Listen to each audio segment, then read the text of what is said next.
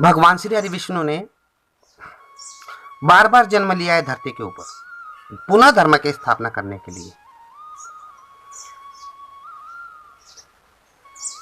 लेकिन मेरे कुछ ऐसे प्रश्न हैं कि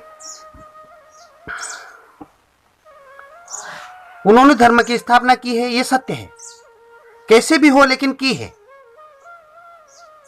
पहला उन्होंने अवतार कोई बटू का अवतार लिया था, छोटा बच्चे के रूप में, जो महाराज बलि के यहाँ उन्होंने 101 यज्ञ रखे थे इंद्र का एक सिंहासन पाने के लिए। लेकिन वो तो भगवान थे ना स्वयं, उन्होंने अपने भक्त को आशीर्वाद तो और स्वरूप कुछ देना चाहिए था ना। लेकिन उन्होंने तो उसके साथ में भी छल किया, जो अपन उनको मानते हैं इतना कि वो तो परमात्मा है ना, तो उन्होंने तो उनके साथ में भी छल किया। क्यों किया, इसका कारण क्या है? ये तो करना नहीं चाहिए था।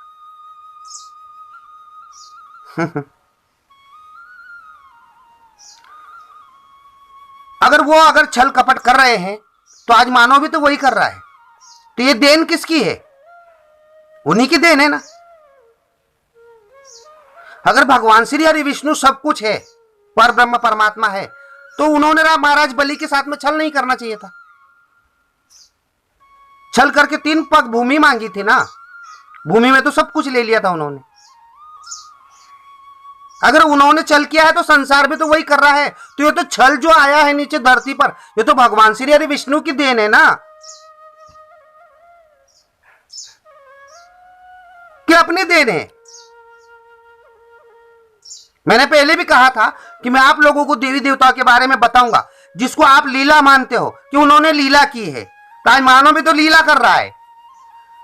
जो मनुष्य जाति है, प्राणी है, वो भी तो लीला कर रहा है, झूठ बोल रहा है, छल कर रहा है, कपट कर रहा है। तो देवताओं की देन है, अपन उनको पूज रहे हैं, मान रहे हैं। लेकिन मेरे भाई, संसार ये भूल चुका है कि ये भी नर से नारायण बने हैं। ये भी तो पहले मानव ही थे। क्या ये शुरुआत में नारायण बन गए?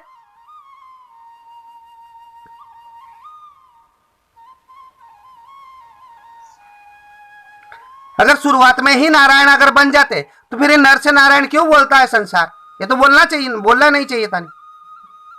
हाँ,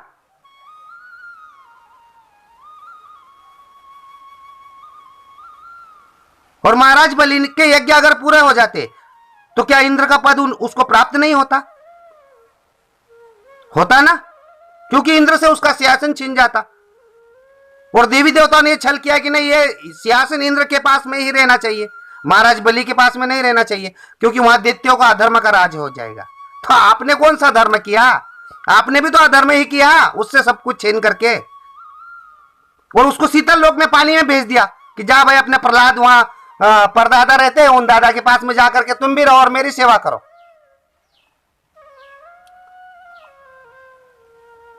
क्या भक्ति, जब तब, यज्ञ, पूजा पाठ का यही फल में मिलना चाहिए? लेकिन जो सत्य है ना, जो रियल परमात्मा है ना, वो सच में एकदम अनुभव अपने को करवाता है।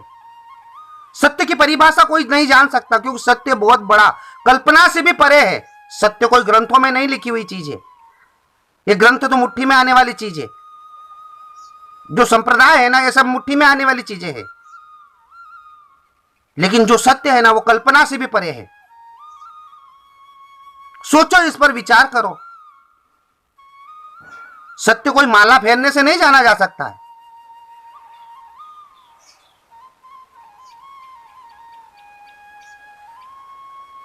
या पूजा पाठ से सत्य को नहीं जान सकते हो आप लोग। सत्य को अनुभव करना पड़ेगा, क्योंकि सत्य स्वयं सिद्ध है, उसको सिद्ध करने की आवश्यकता नहीं है। अपन दूसरी साधनाएं करेंगे तो उसको सिद्ध करना पड़ेगा। माला की प्रतिष्ठा करनी पड़ेगी, मूर्ति पत्थर की बिठाएंगे और उसकी प्राण प्रतिष्ठा करेंगे।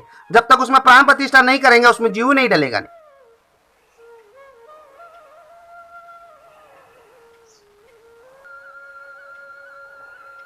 तो पहले ही अवतार में भगवान श्री हरि विष्णु ने महाराज बलि के साथ में छल किया है, तो वही छल धरती पर आजकल लोग कर रहे हैं।